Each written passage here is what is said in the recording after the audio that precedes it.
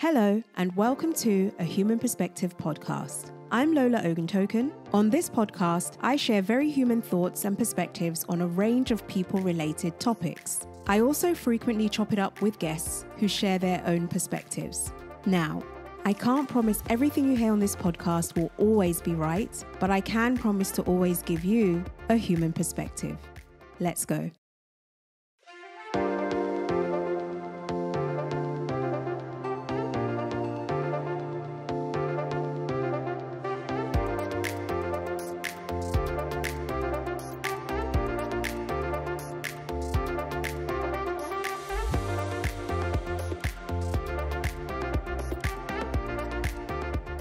On today's episode of A Human Perspective, we have Lauren Humphrey.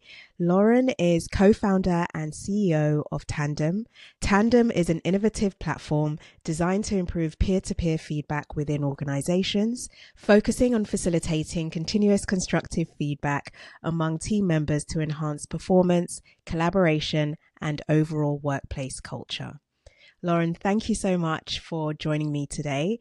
How is your week going? Yeah, thanks so much for having me. It has been a really great week. I'm a mom of 3 kids, and so we always keep things very spicy around our house, all 3 boys. And my 4th child, our startup, always keeps me busy too. So yeah, busy week, but a good one. Brilliant. Lauren and I met through a mutual friend, and I'm really excited about today's topic. But before we jump in, Lauren, could you please introduce yourself to the audience? Yeah, I'd love to. So I'm Lauren, and I am today a co-founder of Tandem, which we'll get to talk a bit more about. But I have worked in startups and tech my whole career. I've had basically every job but being an engineer, and that's a good thing. I've done sales, product marketing, government affairs, operations, onboarding, you name it. And I had the pleasure of getting to build and scale a team at a high-growth startup called Gusto. And that is where I became a first-time manager and learned many things the hard way, but also fell in love with the problem of helping humans be their best selves. I got to draw on a lot of my studies at Harvard, where I studied psych and really focused on organizational and leadership psych. Since that experience at Gusto, my career has really focused on leading teams and building and scaling them, but also very much on the human side of helping people reach their potential and building systems and strategies around soft skills to do that. Brilliant. When it comes to your product Tandem, the core purpose of it is really looking at peer-to-peer feedback. I do find that feedback in general is something that a lot of companies, and I say the whole company, so everyone at all levels in general, tend to struggle with. I think really understanding what it is, when to give feedback, when is it too much, when is it too little. It's just something that I've seen a lot of organizations, regardless of the size, really struggle with, some more than others. Our topic today is going to be about the other F word, feedback. How would you define feedback? Well, I like to think about what is first needed for feedback to exist.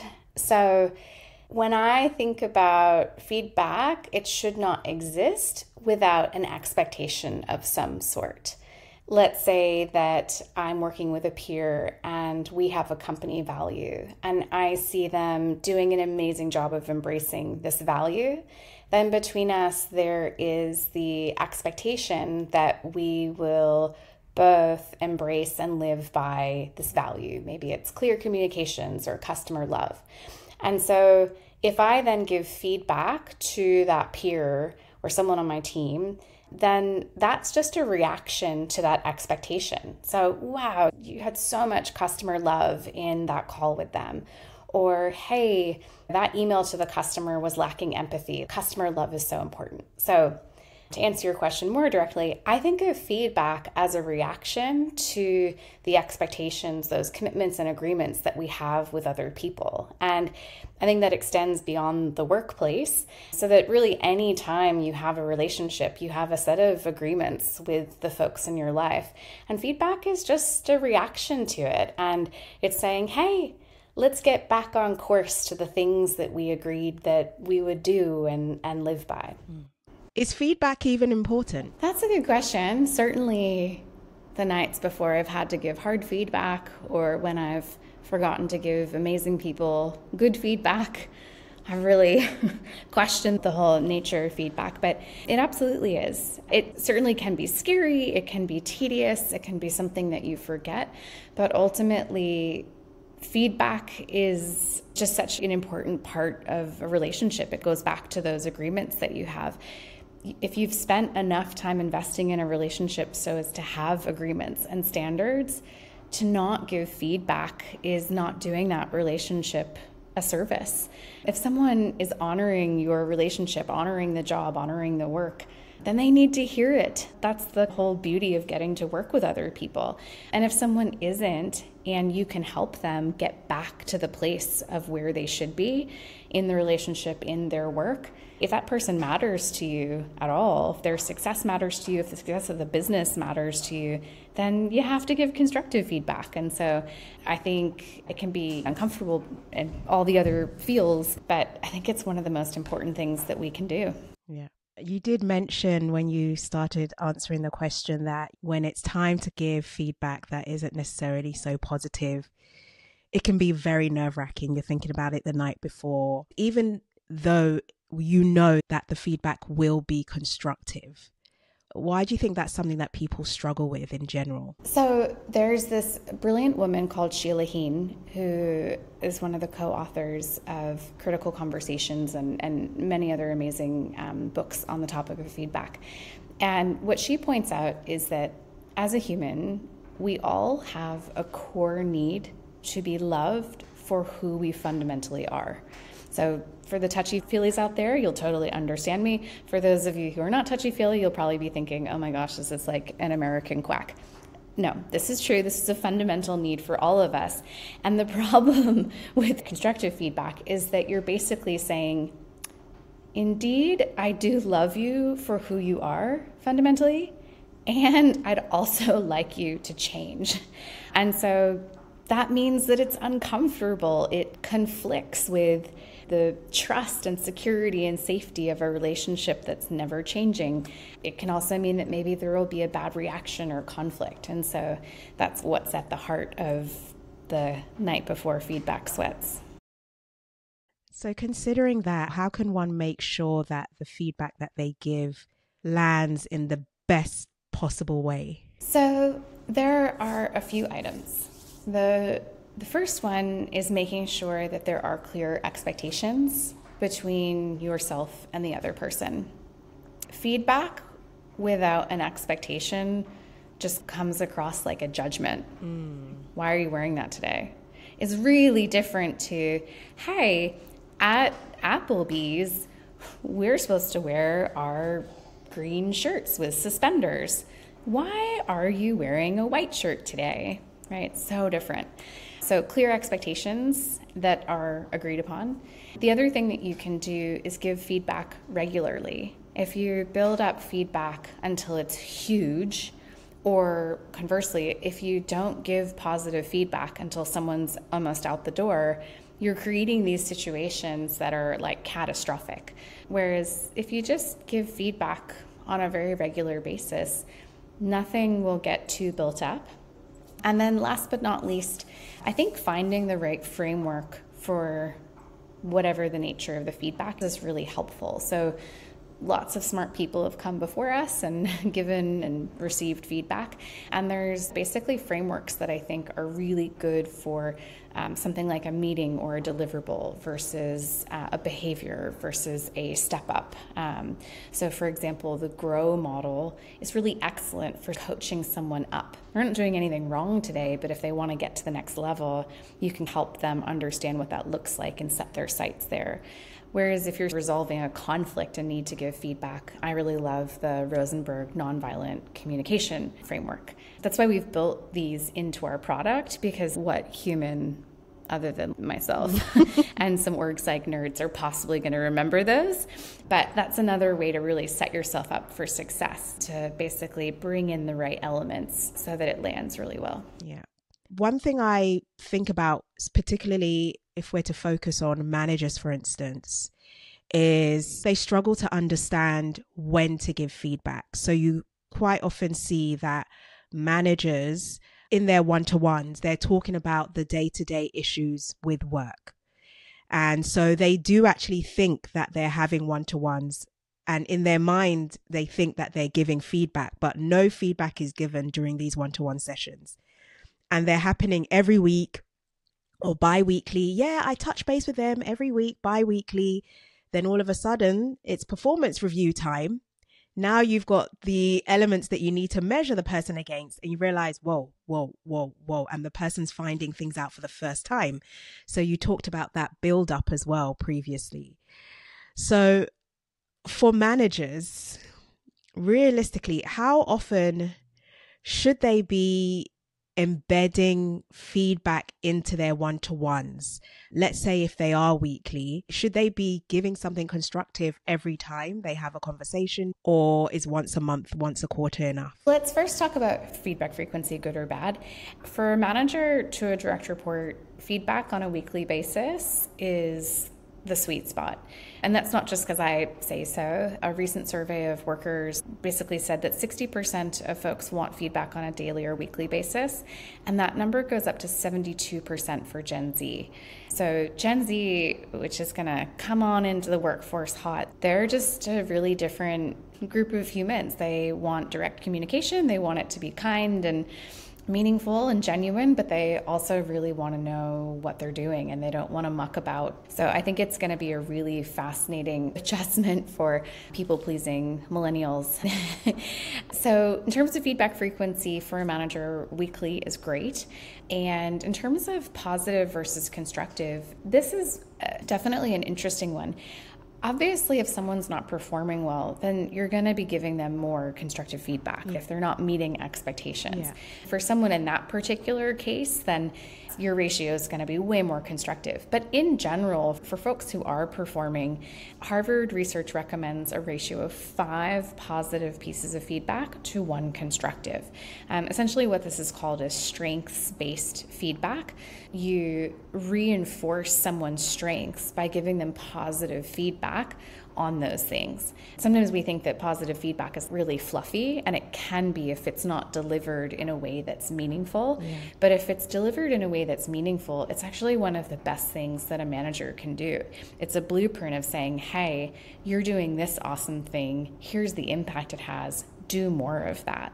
Not only does it make sure that that behavior is going to persist, but it also gives that person such a sense of satisfaction and recognition to know that they have a strength. It's something that keeps a top performer around for a long time. Assuming that someone is not underperforming, then a ratio of 5 to 1 positive to improvement is pretty good, and feedback on a weekly basis is my recommendation. Brilliant. Okay, I completely agree with that. From what I've seen, just whenever there are performance issues, it's guaranteed that people are not getting feedback regularly enough. And for whatever reason, managers are just not thinking in that direction. Everything is just really about the work, what's going on with work right now. When it comes to peers, now that's a little bit different, because in general, you expect feedback to come from your manager. Whether it does or not is separate, but that expectation is there. I think when it comes to peers, then it's a little bit different. You don't necessarily expect them to give you feedback, which is a strange thing to say, but it just feels like culturally in a lot of companies, it doesn't seem to be the case. I do know that there are some businesses where feedback is embedded in their culture and people are told expect to get that, but it's not common. Why is that important, first of all, peer-to-peer feedback?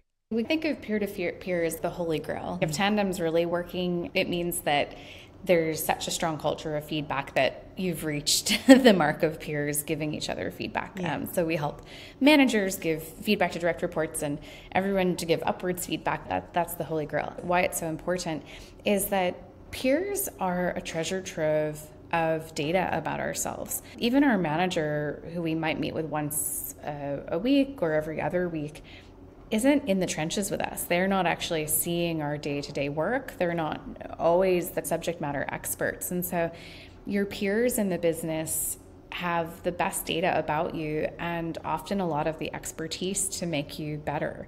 It is, of course, very terrifying to think about getting feedback from a peer, but my career has been shaped by my peers. So it's this paradox that it can feel scary, but then once you've opened the bridge of getting feedback from a peer and your peers, that's honestly the best way to grow in your career. What I recommend is actually what I just mentioned, asking. Open the bridge yourself, ask for feedback. You can even, if you're nervous, ask for feedback on something that feels safe. Make it really narrow. It doesn't have to be, how am I at my job? That's just honestly a shitty question anyways. Ask about something really specific. I have recently learned how to do product, and so I'll ask my engineering peers, hey, how did I do at prioritizing features over the last few sprints? Or how did I do at scoping the size of features over the last couple of sprints? That's not really terrifying. That's actually a really tiny question.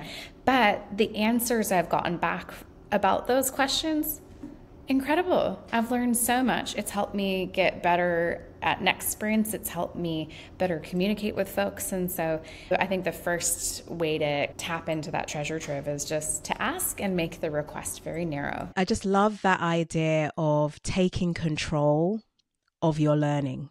So you're not waiting to hit a wall to realize that you've been doing something wrong. You're proactively asking people around you, hey, when it comes to this particular task that I'm fully aware I'm learning, or perhaps we're changing things, or I'm in a new company, I need to check that this fits. What do you think? What could I do better? And by being proactive in asking, you're much more open and receptive to hearing that constructive feedback. And I think the person that you're asking will also respect the fact that you're proactively trying to do your best work individually, but with them as well, in partnership with them. So I love the idea of proactively doing that as opposed to being mandated to do it. Because I think that's also what makes feedback scary, when it's mandatory. Yeah, definitely. I think 360s is one of the things that's given us all the peer feedback PTSD, because you essentially end up getting asked the big, broad question about another adult. Yes. And it's not super clear if that information will then be used to determine their compensation and rating. Yeah. But it seems like possibly. Yeah. And so that's just like the worst. And another little tip, because I love giving things that are actionable. Not only do I love proactive questions, but I also like preemptive questions. So I'll share what that is. So that's not a question to appear after something has been done. It is something like this. Hey, Lola, I have been working on concision. My manager and I just talked about it in this review cycle. Over the next week, can you give me feedback when we meet about my concision? So now it's priming you to, when we interact, know that I'm asking for feedback. So it's preemptive, and it just makes you so much more alert to it and in the position of being able to and wanting to help me. So proactive and preemptive are my favorite. Let's say you started a new job, maybe you're a month in, 2 months in, maybe 3 months in, and you realize you haven't had a one-to-one with your manager yet. And that is important to you. So you've talked about it's becoming more and more important to people that they get the feedback that they need. Let's say you've just started and you have this expectation of your manager to already have this in place, but they don't. How do you then ask for feedback? What can you do to ensure that you get that consistent feedback that you need? If you go in asking for feedback, you might end up putting the person off guard if you don't have the relationship. And so I like to say, hey, my ultimate goal is to get feedback from you, but it's going to be hard for either of us to give each other feedback if we don't have a good way to connect.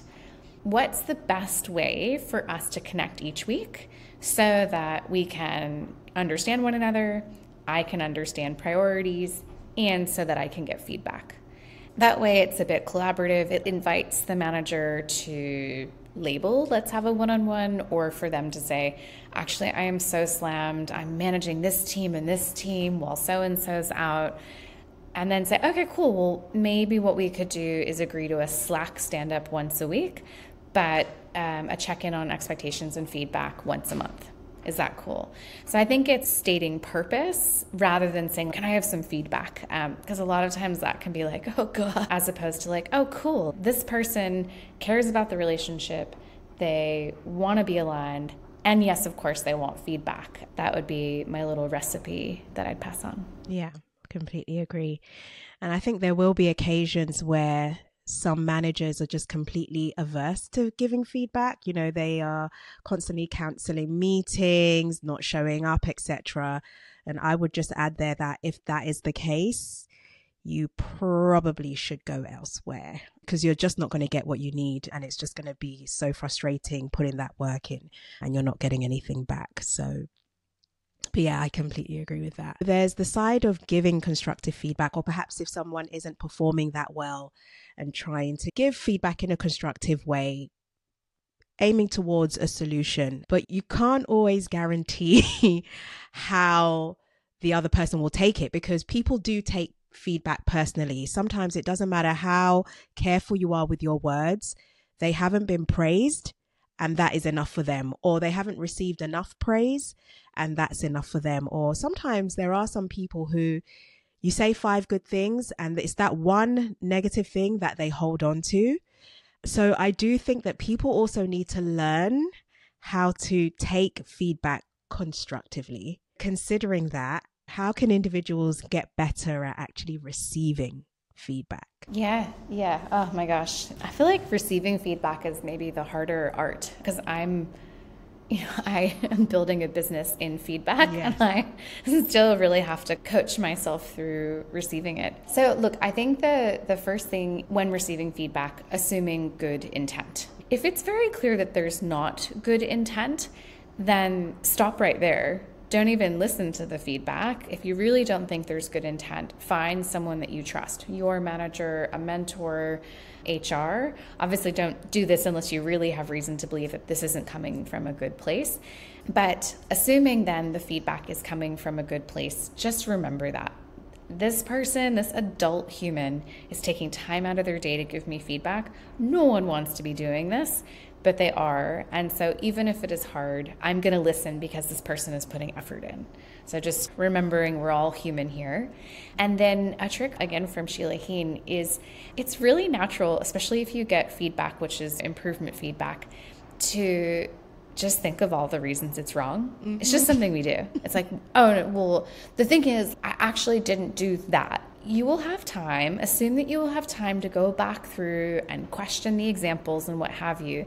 But in the moment of receiving it, try your very best to not just list out the things that are wrong about the feedback. Try and find one thing that's right about the feedback.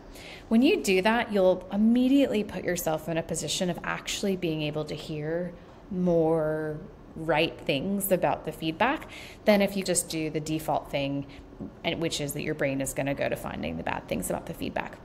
And the last thing is, write it down. You're human. So if you have emotions, that's okay. You are who you are. And as we already talked about, feedback contradicts the whole love me for who I am thing. And so you can't change who you are in the moment. So write it down and say thank you. That's the easiest and best way to respond to any feedback. Doesn't mean you have to accept it, but you're just saying thank you so much. And ask for just a spot of time to process the feedback and then come back and talk it through. If you really can't in that moment, keep it together and have a conversation. So those are the 3 things I'd recommend. Brilliant.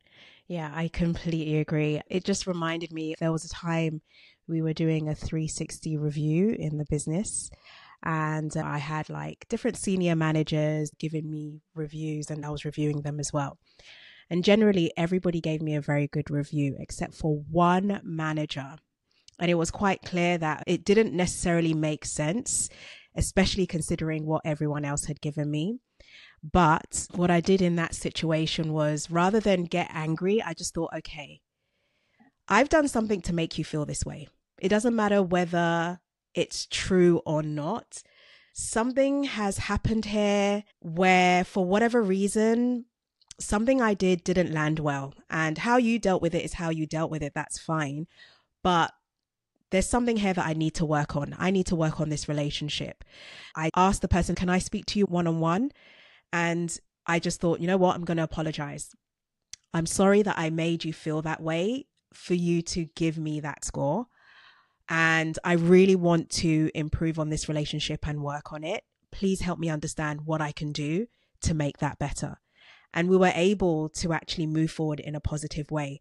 It was horrible feedback. It didn't make sense. My own manager was like, what is this? So it wasn't constructive, actually.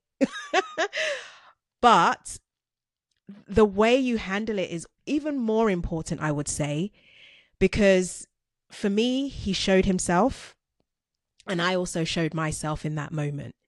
So I think just exactly what you said, just find something. Just one good thing. Yes, exactly. Just something to start to work on. And it may be that you can't do anything about it. That's fine. But it's always best to try than to just completely dismiss and ignore, because you never know. There could be something in there that you could do better that would benefit other people as well. So yeah, I completely agree. How do you think cultural differences potentially impact the way feedback is given? Even the way men and women deliver information or feedback can sometimes be different cultural backgrounds as well. What is perceived to be constructive can be seen to be offensive. How do we balance all of that, considering a lot of us are living in very diverse locations where we don't necessarily think of that when we're giving feedback either? Yes, absolutely. It's been really interesting. Tandem customers are global, and there have certainly been noted different preferences culturally. The thing is, a lot of the preferences are more expressions of how people communicate in their relationships rather than the core element of feedback. So we've gotten like, oh, well, for my team member in Brazil, I would first say something about their family and the weekend and then get into feedback. And so I think what's really interesting is it's more about the connection and trust and foundation, the core mechanics of the feedback. And that goes back to those frameworks I was talking about. Those are the same. It's just what it gets wrapped in. There are some nuances in how direct certain cultures are versus not, but feedback that reaches the point where it's not direct at all becomes ineffective. And so I'd always say, try to be sensitive if a culture is maybe less direct, but ultimately you need to say the words in a very clear, succinct way.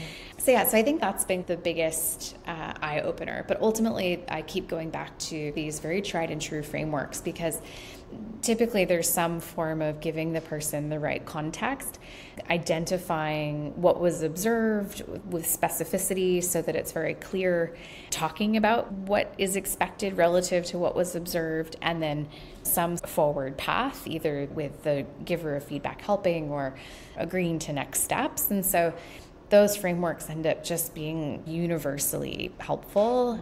But yeah, the relationship aspects are so fascinating about how different cultures want to relate and what they want to talk about. Yeah. So it's been a treat to get to be part of those relationships. How do you think the increase in remote work has impacted the ability to give and receive feedback?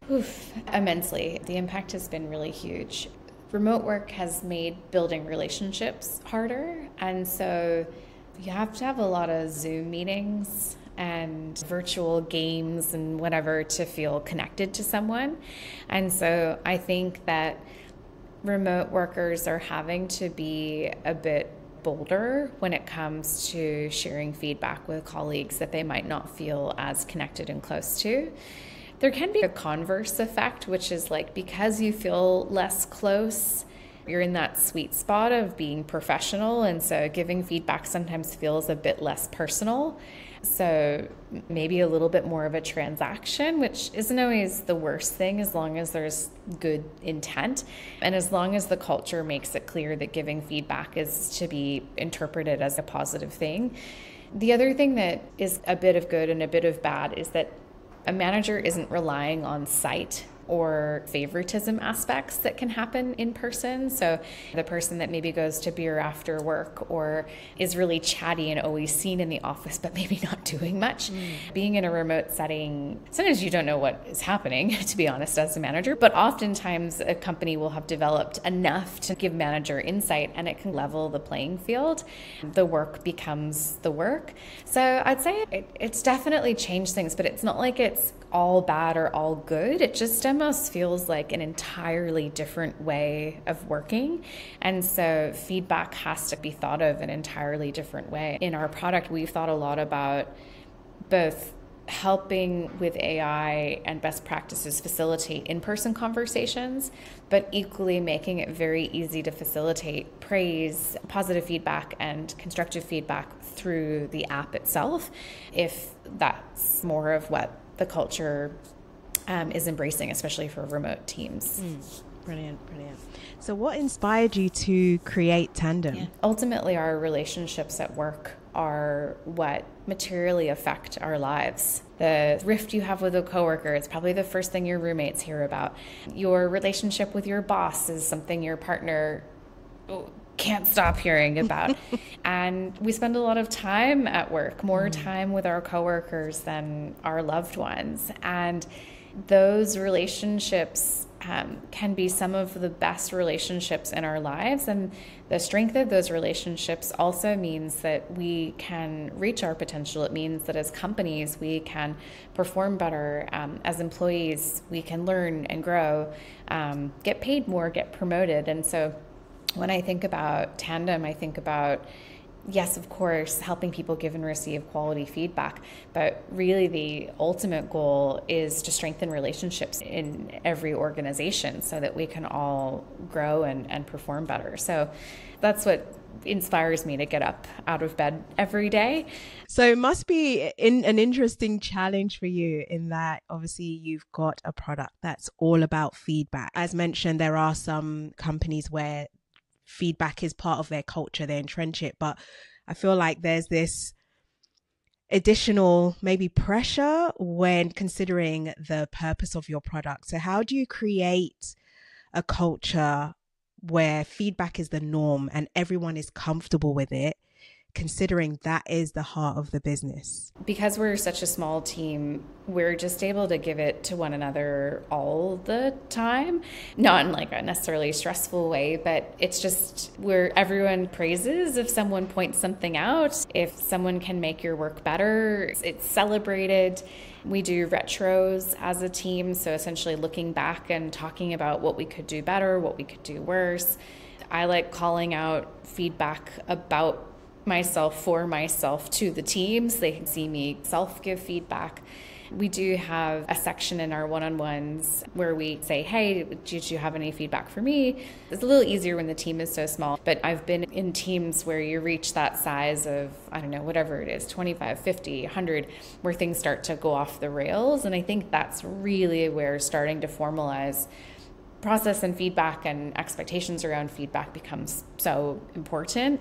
But if you are smaller, you can just start now by really embracing it. And as a leader, I think it really comes from the top, just giving yourself feedback and inviting it and just making it part of everyday life so it doesn't become the F word. My dream is to eradicate performance review systems. I realize it is a bold and spicy claim, but it's not to say I don't think reviews are incredibly important and calibrations are extremely meaningful for things like bias and making sure that there's good equity in workforces. But I don't think that waiting 6 months to tell someone how they're doing helps performance reviews are the last waterfall process that any of us follow. And it seems so crazy that it's the humans that we're constraining to a waterfall process when everything else has moved to agile. And so I would love for people to use Tandem to give each other regular feedback, and then let HR click a button and say, great, this is how we'll promote, this is how we'll compensate, this is some of the watch outs that we have to take care of. So yeah, that's us. That all sounds really exciting. What do you think the future of feedback is? Do you see it getting any better? Hopefully Tandem will be in use in many more organizations, but in general, feedback culture. My greatest hope for feedback is that it just feels like communication more so than the F word. It's just like another one of the tools we have in our communication toolkit, and just passes in and out of a conversation. I think that because our workforce is going to be enabled by AI, humans will actually get to be superhuman in the workforce. And so the people who are able to have a growth mindset and grow and be nimble will be able to take on so many amazing, interesting things augmented by AI. Feedback will become a lifeblood for the future worker.